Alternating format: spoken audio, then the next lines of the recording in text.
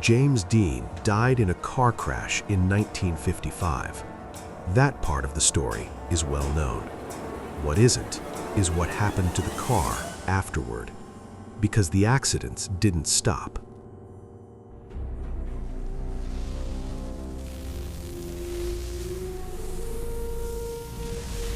Everything is connected. Nothing is random. There are objects that become famous because of what they represent, and there are objects that become infamous because of what they witnessed. In September 1955, a silver racing car left a showroom in California. It weighed less than 1,300 pounds.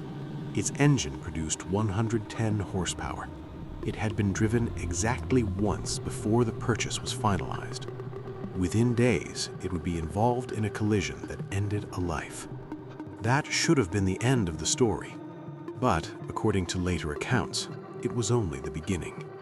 Over the next 5 years, reports emerged of accidents, failures, and deaths connected to this vehicle, or rather to the pieces of it that remained after the initial crash. Some incidents were documented in police reports and newspapers. Others existed only in retellings, their details shifting with each version. What followed was not a single tragedy, but a sequence, a pattern that some called coincidence, others called it something else. This is not a story about whether curses exist. This is a story about how tragedy creates narrative, about how metal and rubber and mechanical parts can accumulate meaning, about how reputation, once formed, becomes inseparable from the object itself. The car had a name painted on its rear cowling, 2 words in script: "Little Bastard."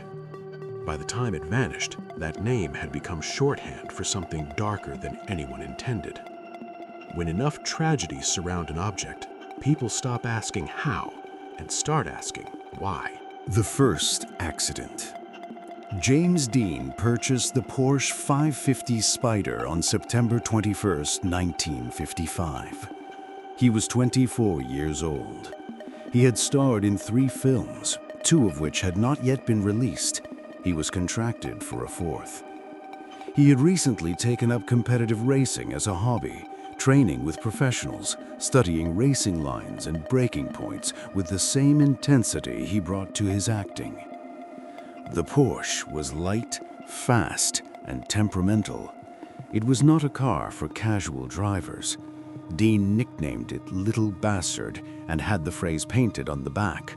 Some accounts suggest it was a reference to a character he had played. Others claim it was simply the kind of joke a young man makes about a machine he does not yet fully understand. On September 30th, 1955, Dean planned to drive the car to an amateur race in Salinas, approximately 300 miles north of Los Angeles. He left mid-afternoon with a mechanic, Rolf Wutherich, in the passenger seat. A friend followed in a station wagon towing a trailer, originally intended to transport the Porsche, but Dean had decided to drive it instead. The weather was clear. Traffic was moderate. At approximately 5:45 p.m. near the intersection of routes 466 and 41, a Ford Tudor driven by a 23-year-old college student named Donald Turnipseed made a left turn across the highway. According to the police report, the Porsche struck the Ford's passenger side at high speed. Dean suffered a broken neck, multiple fractures, and internal injuries.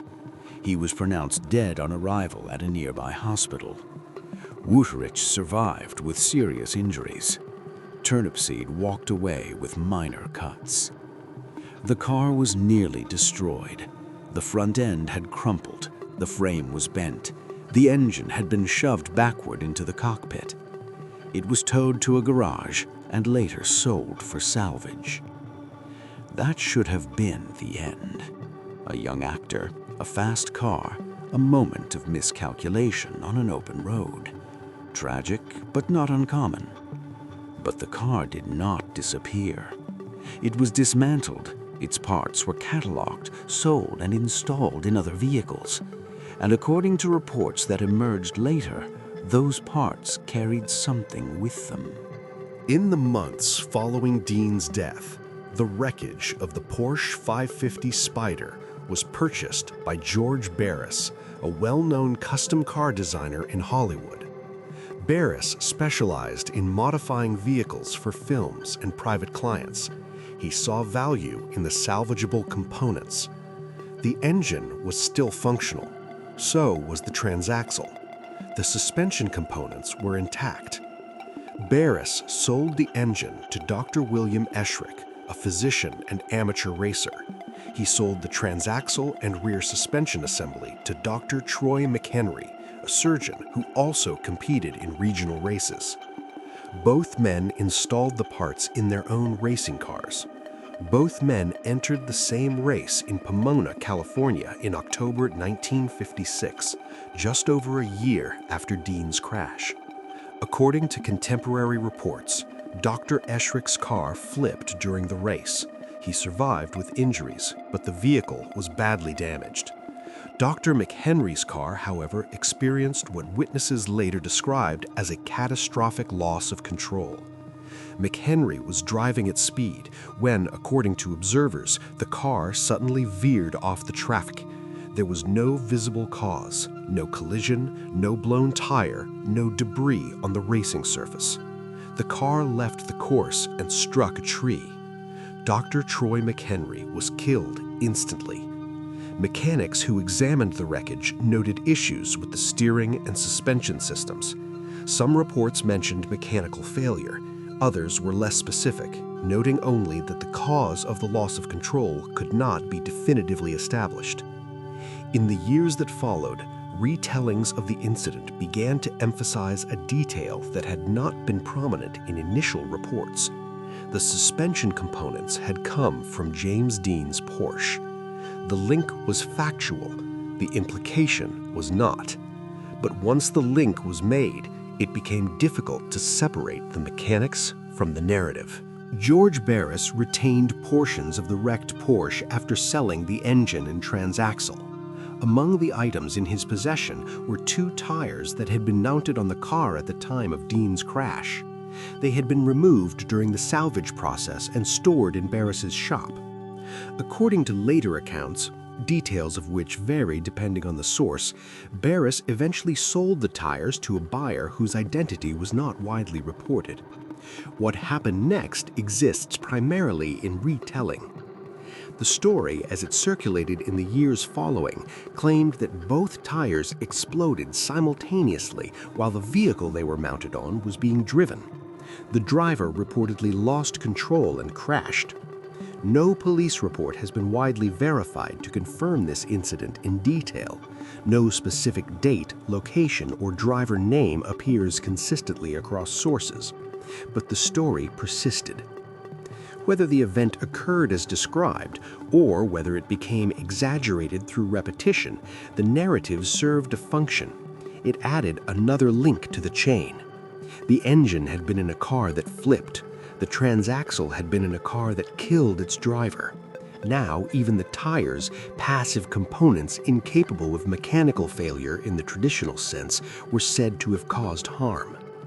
The pattern was forming, not in the metal or rubber themselves, but in the way people spoke about them. Barris himself contributed to the narrative. In interviews conducted years later, he spoke of the car as cursed or jinxed, recounting incidents involving the wreckage with a tone that blended factual detail and theatrical embellishment. He was a showman. The story had value beyond scrap metal.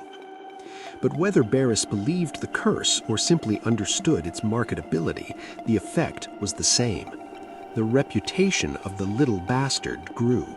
And reputation, once established, is harder to dismantle than any vehicle.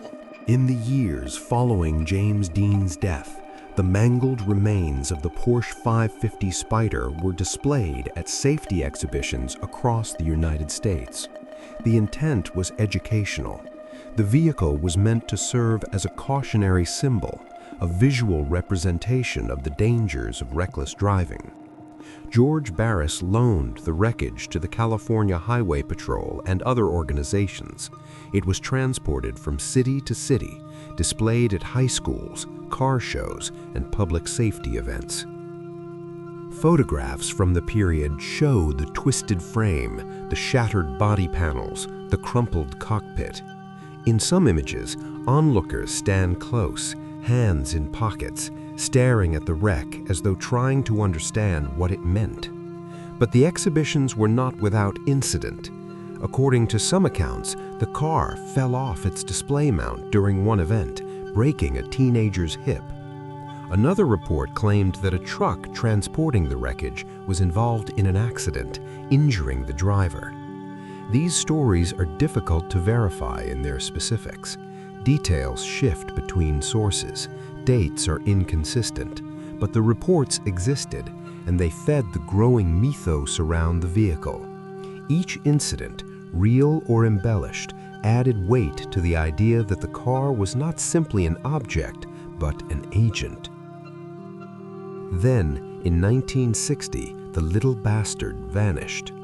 The wreckage was being transported from Miami, Florida, following another safety exhibition. It had been loaded onto a truck for the journey back to California. The truck never arrived. According to reports, the vehicle and the Porsche wreckage it carried was stolen somewhere en route. Investigations were conducted, authorities were notified, but neither the truck nor the remains of James Dean's Porsche were ever recovered. There were theories, of course. Some suggested the wreckage had been sold to private collectors. Others believed it had been destroyed, dismantled further, or hidden away by someone who understood its value, either monetary or symbolic. A few claimed the disappearance was deliberate, that someone, somewhere, decided the car had caused enough harm. But no evidence supported any conclusion. The little bastard simply ceased to exist in any documented form. Let us return to what is known. In September 1955, a young actor died in a car accident.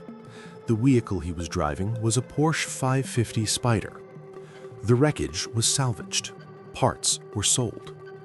In October 1956, two men racing cars equipped with components from that Porsche were involved in serious accidents. One survived, one died. The cause of the fatal crash was attributed to mechanical failure, though the specific nature of that failure was never definitively established.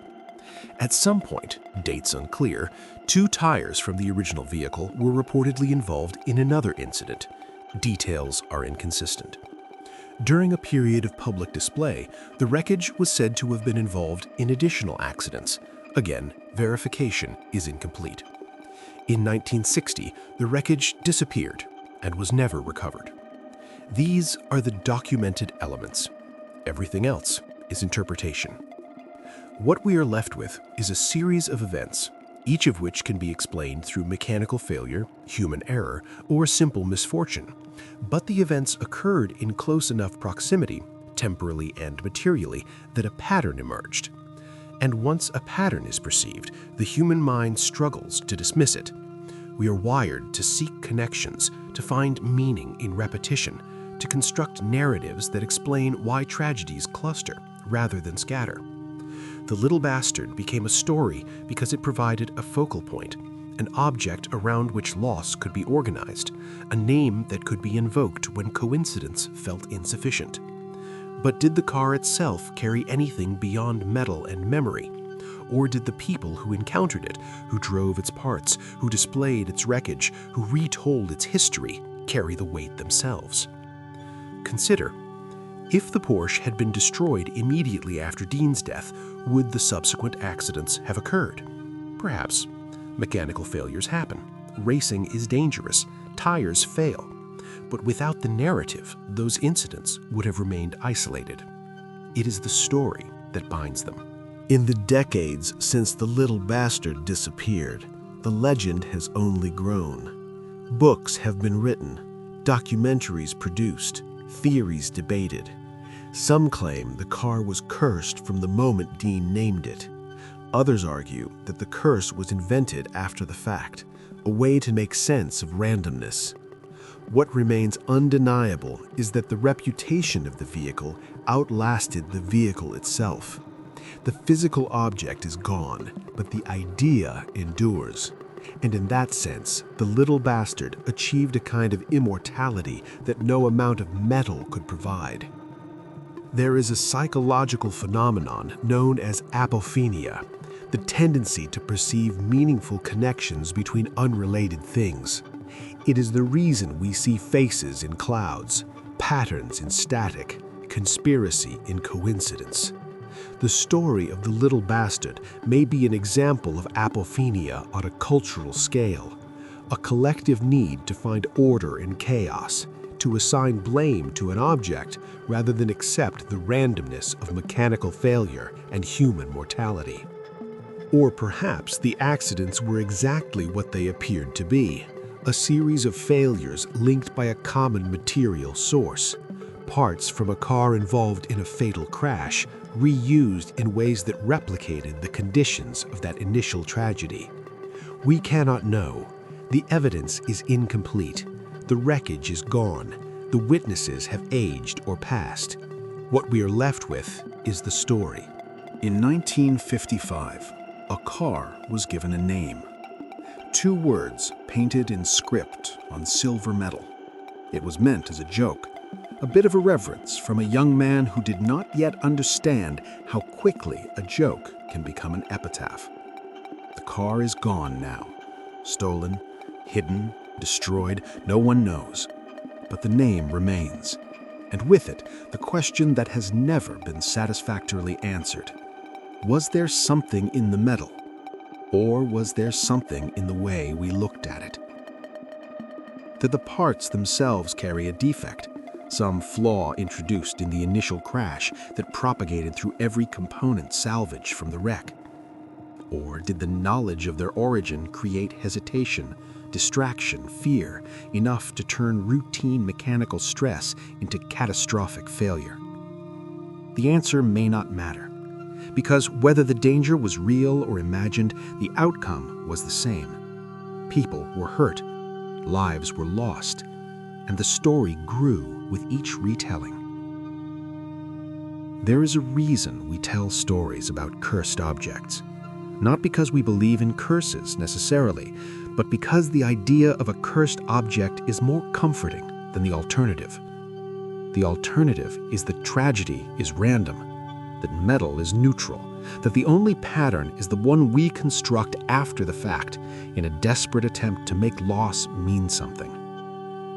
The little bastard gave us something to point to, a villain, a cause, a reason, and in doing so, it became more than a car. It became a mirror, reflecting our need for narrative, our fear of randomness, our willingness to believe that some objects, once marked by tragedy, are forever changed. Somewhere, perhaps, the wreckage still exists, rusting in a private collection, buried in landfill, melted down and reformed into something unrecognizable. Or perhaps it was never cursed at all. Perhaps it was simply a car, and the curse was ours.